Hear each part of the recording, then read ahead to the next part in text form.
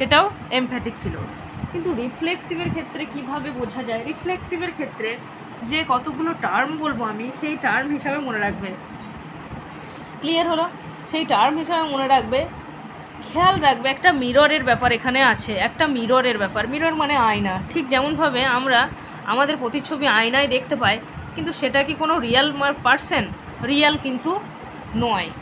ধরে নাও এখানে বিমল দাঁড়িয়ে আছে, বিমল বলে একটা ছেলে দাঁড়িয়ে আছে, সে তার ইমেজকে মিররে দেখছে, তো সেও কিন্তু বিমলকেই দেখছে। তো সে কাকে দেখছে? তার নিজেকে দেখছে, হিমসেলফ, তার নিজেকে দেখছে, তাই তো? কিন্তু এটা কি সেই রিয়েল বিমল? রিয়েল বিমলের ইমেজ, কিন্তু রিয়েল বিমল নয়। ওই আয়নার মধ্যে থাকা মানুষটাকে যদি বলা হয় এই কাজটা করে দাও, সে কি পারবে? পারবে না। তো এটা হচ্ছে রিয়েল মানুষ কিন্তু নয়, নট রিয়েল। খেয়াল থাকলো? বিমলের ইমেজটা যদি আয়নায় প্রতিচ্ছবিত হয়, হ্যাঁ, তো বিমলটা হচ্ছে রিয়েল। খুব ভালোভাবে পার্থক্যটা বুঝবে। বিমলের এটা হচ্ছে reflection, it's reflection, his reflection, Bimal's reflection. তো সেই জন্যই নাউন প্রোনাউনটার কী নাম দেওয়া হয়েছে? রিফ্লেকশন থেকে রিফ্লেক্সিভ। রিফ্লেক্সিভ। যেমন ধরে নাও একটা সেন্টেন্স আমি যদি ধরি, লিখলাম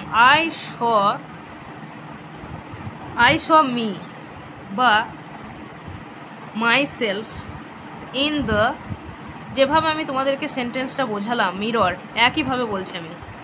হ্যাঁ, তো I saw me বা myself in the mirror। তো আমি দেখো এটা হচ্ছে রিয়েল, মি যদি বোঝায়, কিন্তু মাইসেলফ এটা হচ্ছে রিফ্লেকশন, যেমন হিমসেলফ হলো। তো I saw myself in the mirror, I saw myself in the mirror, এইটা কি?